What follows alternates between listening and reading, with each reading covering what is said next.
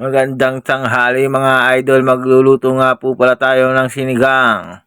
Sinigang na karne ng baboy mga idol. Ayan po. Ayan po at aking pinakuluan na nga po pala yan sa pressure cooker kaya malambot na ang karne niyan mga idol. Kaya inihulog ko na lang po yung mga gulay niya mga idol.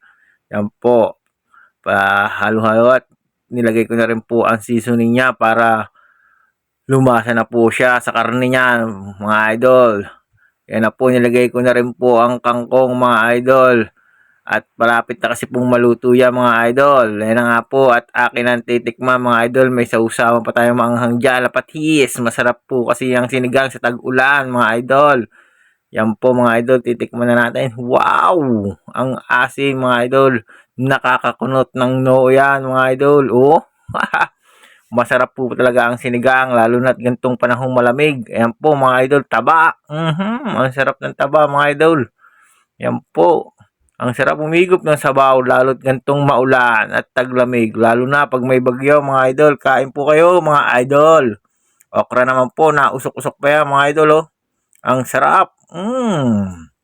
Ang sarap kumain talagang lalo't maulan mga idol. Manghang pang sa usawan. Kain kayo mga idol. Yan.